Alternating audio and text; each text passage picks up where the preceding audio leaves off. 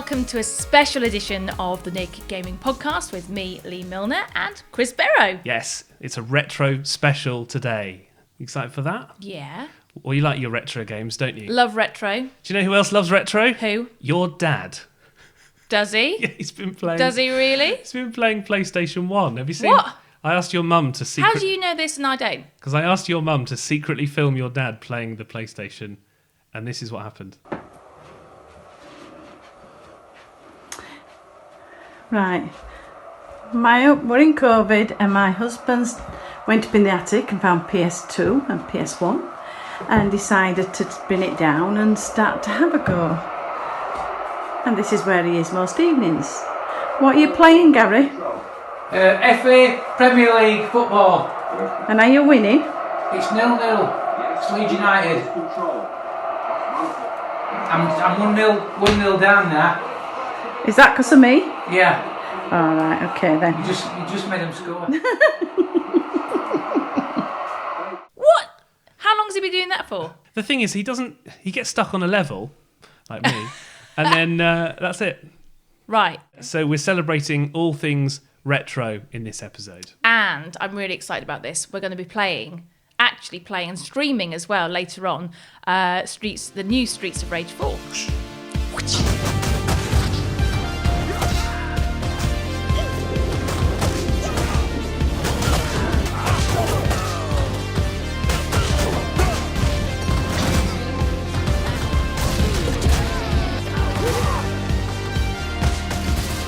Yeah, it only took them 26 years to make the 26 sequel years. to Streets of Rage 3. Because it was originally released on the Sega. Yeah, and also you could play it in arcades, but you had to put in the quarters. Or the quarters. We're what- American now. How could the quarters? What was it in the UK? The nickels. The nickels. It was 10p, wasn't it, to play? 10p. And then it went up to £1. Yeah. Oh, anyway. Oh, T-shirts as well, by the way. Mine's whose is better? That's what I want to know. Okay. I can't Get even voting. Get your Mario up. All right. Yeah, okay. Chill out. I do like the Crash Bandicoot one, though. Yeah, it's good. cool, Might have to nick that one as well.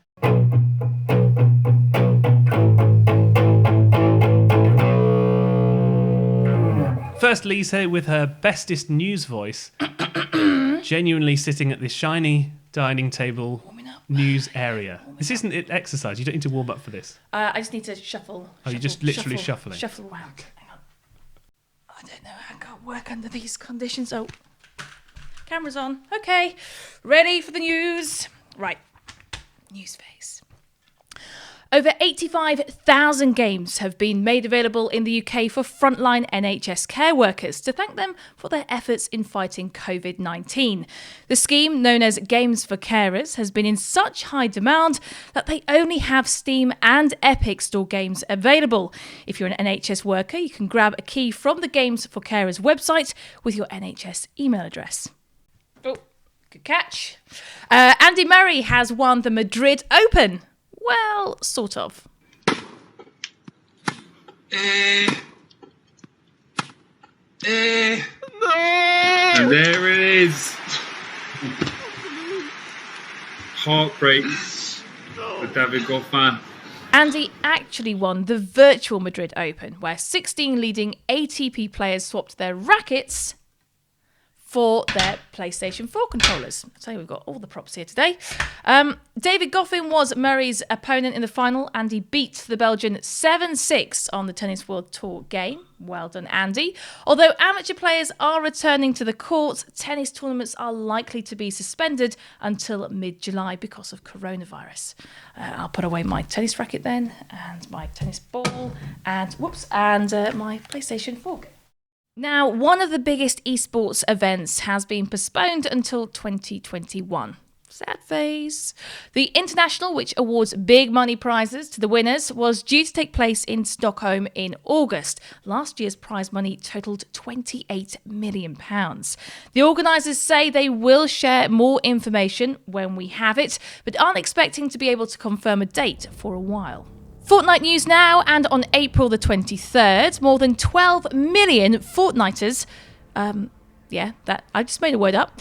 Stopped fighting to watch a digital avatar of the rapper Travis Scott teleport around the beach and launch audience members into outer space. Sounds like one of my Ibiza trips. Anyway, it was part of a 10-minute virtual concert, the game's biggest event ever. 27.7 million unique gamers attending. That's a lot of uniqueness. It all went pretty smoothly, actually, unlike the launch of the new Assassin's Creed game. Developed by Ubisoft, everyone was expecting new gameplay when this trailer arrived.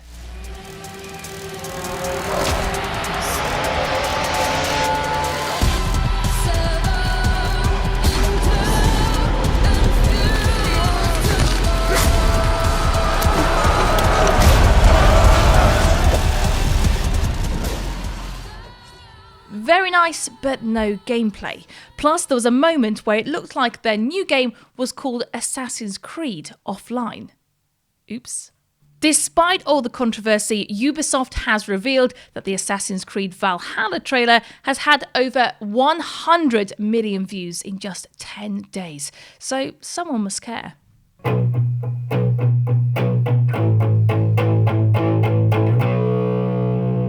Thanks to Leigh Milner, who read that news from our dining table for authenticity. I'll put that on my CV. What, that you moved 2 steps? Yeah. Put it on my tracker.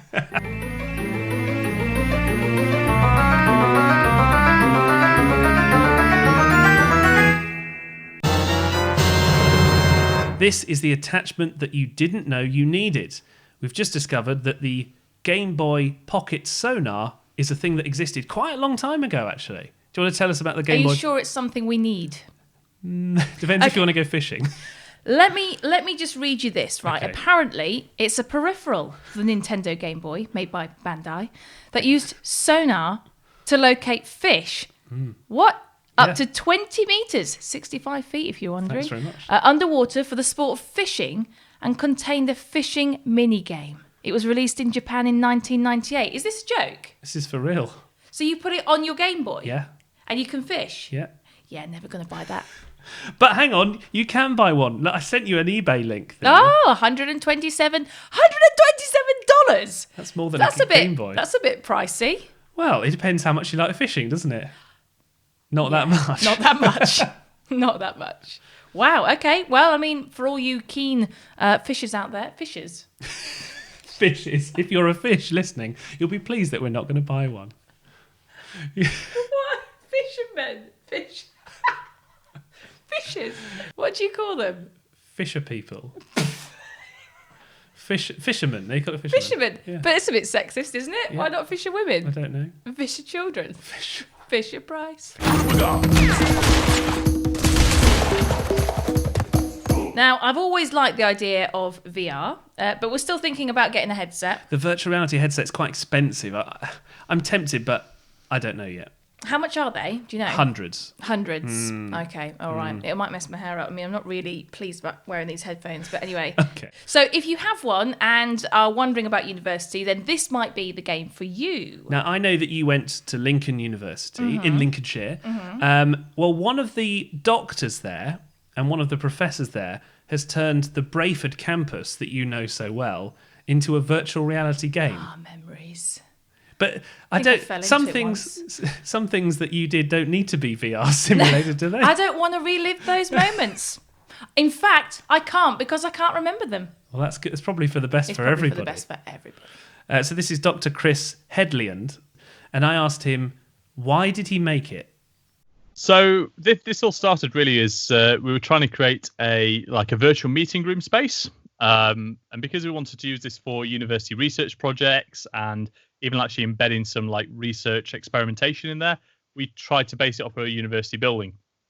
Now this was happening literally right at just like the week before lockdown.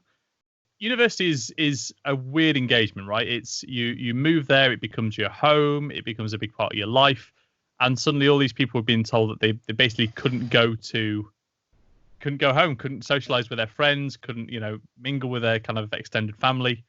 And I mean, university is a lot more than its buildings. It's a lot more than its campus. It's a community. It's the research. It's the ethos of the environment. but the buildings are really closely linked to a lot of those memories as well. So we wanted to create something where people could at least get kind of a taste of being back on campus.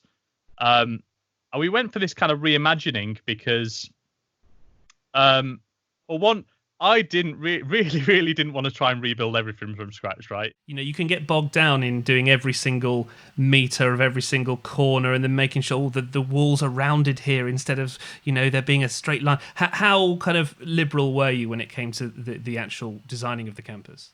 The actual footprint of the buildings is pretty accurate. What we did was we took a load of vectors off things like Google Maps, Google Street Maps, and we used those to kind of map the footprints. And what we wanted to do was, from specific kind of viewing angles, we wanted to make sure you got the same perspective, that you saw the same buildings ahead of you, that you got the same kind of basic visual experience. But beyond that, we were pretty liberal. We wanted to make sure that all the buildings were actually recognizable as the building they were supposed to be. But we weren't fussed. We bought this pack of prefab assets, like this modular building kit, because we're not 3D modelers and we were trying to cut corners wherever we possibly could. And if one of these prefab sheets had 5 windows where the actual building on site had 6, we weren't too fussed. But if you learn to navigate this, you can also, navigate in around the campus. You can get a sense of where you are. One question that my wife, who actually went to the university, said I had to ask you was, did you include the swans? Because swans are apparently a huge part of going to Lincoln University. Yeah, we are super into our waterfowl at Lincoln. Everything is swan something. Our bar is the swan. Our sports teams are always the swan something. It's fantastic. It's part of what makes the campus unique. We're on the side of the city centre lake, which how many cities are built around a lake? It's beautiful. We've got this gorgeous marina, and it's part of what we do. Now even our mascot, our student union mascot, is Swanee, but I am not a 3D modeler and I'm not an animator, and I could not find anything that didn't look like a really ugly swan. I couldn't find anything that matched the rest of our assets, and I thought this is just not going to work. Now, fortunately, so we couldn't get anything out in version 1. Fortunately, one of my colleagues from the School of Media, Graham Cooper, has created this absolutely fantastic swaggering swan. He's managed to capture the essence of swantude, perfectly. It struts, it swaggers, it's got this kind of funky attack mode. And we were actually working on this last weekend. We're hoping he's going to go out there in the next update. How cool is that? Pretty cool. Dr. Chris Headliand, who's a VR researcher at the University of Lincoln, and you can get the beta version of Lincoln Island for free now from the Microsoft Store. I am that which you see before you, nothing more. This is the Naked Gaming Podcast with Chris Berrow and me, Leigh Milner. Now on to new releases, and I actually genuinely waited up till midnight. You did? For this you one. You did. And then it came out 8 hours later. Disappointment. Well, if you're waiting up till midnight, you expect it to be there. But anyway, this is Streets of Rage. So excited. 4. Ah!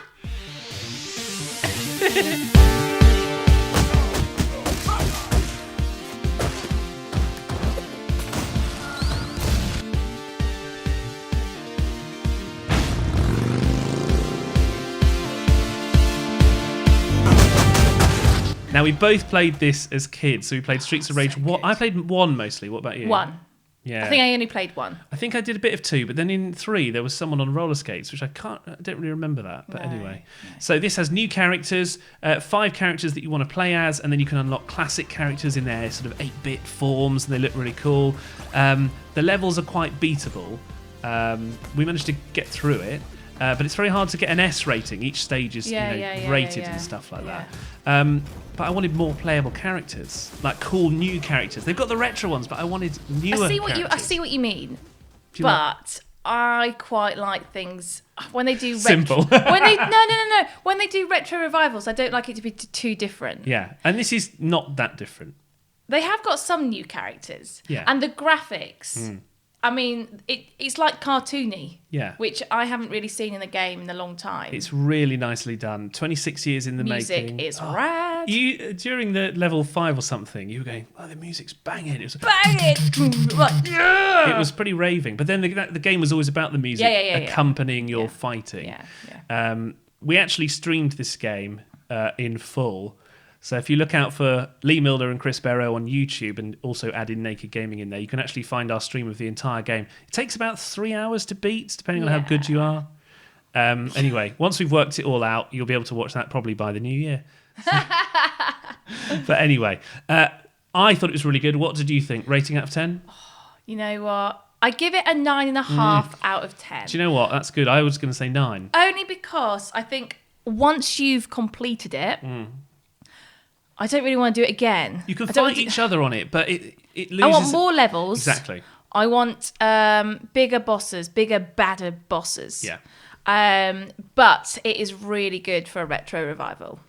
So Streets of Rage 4 is available on PlayStation, Xbox, Switch, yes, and Windows for around £20. We've been playing it on Switch and PlayStation, and it's just as good on either. It's worth your money. Snake, what's wrong? Snake! Snake!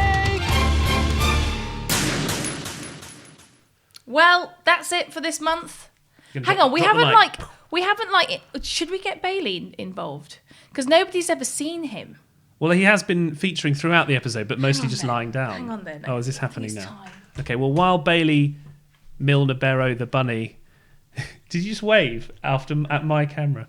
While Bailey, Milner, Berrow, the bunny gets involved, you can look out for the video edition of this podcast. Just search for Chris Berrow and Leigh Milner Naked Gaming Podcast on YouTube. You will find it there. You can subscribe to our channel, and also you can subscribe to the podcast on iTunes. It's Naked Gaming Podcast. That was good time. So this is it? Bailey the rabbit. Oh, he's so fluffy, and don't show that bit of him because he's dirty. This is him, and he's really fluffy and really lazy. He's so fluffy though at the moment. Why is he so fluffy? Is he molting? This is all he does. Look at him now. He's like me when I get out of bed in the morning. Do you want to contribute? Okay then. Thanks very much indeed. Well, that's it for this month. You can find us again next month on the 21st of June when we're talking about loads more new releases. In fact, stop fluffing everywhere, Bailey. In fact, we're going to be playing Star Wars Episode 1 Pod Racer, which they're re-releasing. We're going to go head to head. I'll win you. I always do. Do you want to say anything else? So just aside from gaming for a minute, right? Because we're doing this as a special video podcast. Nobody ever knows what it actually looks like. Oh, you're going to show everybody? Yeah, because when you do this sort of thing, everyone thinks, how on earth does it work? It must be so glamorous. You mean our room isn't all tidy? No. Oh, I'm having a minor panic attack right now with how messy it is. Why don't you go to camera... No, why don't you go to... Oh, you're going for camera... Yeah. Camera 2, which is yours. Mine's camera 1. So look. So this is... mind the washing line at the back. Yeah, don't look at that bit. But this is the setup. We've got the scripts here. A little microphone. The desk with all the light colours. Yeah. A little light colour, look. And that's the other... Are you going to cut to that camera and back? Yeah. Wow. There we go. Hello. So anyway, so that's the setup. Do really. a poster as well. I like our poster. Oh right then. This is the poster. This is how far I've got to move to do the news. Anyway, so that's it basically. Oh, let me put it back. Hang on. Oh, thanks. There you go. Great stuff. And yeah, that's how it works. I think our t-shirts need more of an outing. Look. Okay, so proud of that. So proud of that. Hey, let us know if you like the video editions of the podcast as well. You can get in touch at Naked Gaming Pod.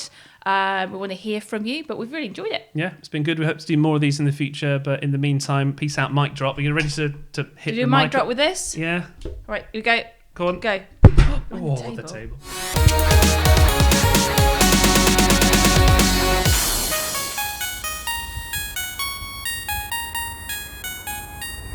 Hi, Bailey. You excited about the podcast? Yeah, me too.